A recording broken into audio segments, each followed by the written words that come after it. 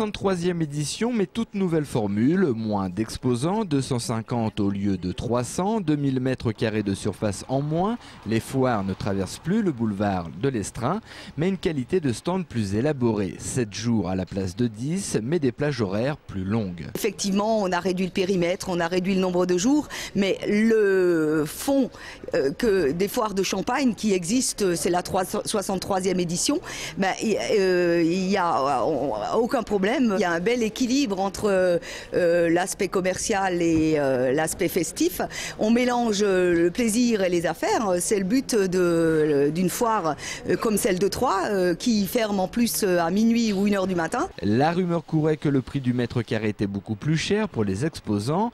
En menant l'enquête, les commerçants finalement ne s'en plaignent pas. Non, maintenant un stand, bon, faut compter dans les 1500 € à peu près, quoi. Pour combien de surface? Pour 100 m². Tout dépend si on travaille ou si on ne travaille pas. Le prix, après, c'est plus rien. Le stand est toujours cher, mais c'est le prix de l'organisation, c'est le prix de la lumière, c'est le prix de la préparation, des moquettes, etc. Donc si le rapport de prix est en proportion du revenu, tout ira bien. Avant, je faisais beaucoup plus de pubs dans les journaux et mon investissement était un peu plus nettement supérieur et sans avoir plus de clients. Donc la foire de Champagne m'apporte quand même une clientèle. Après, de bouche à oreille, on a d'autres clients issus de la foire.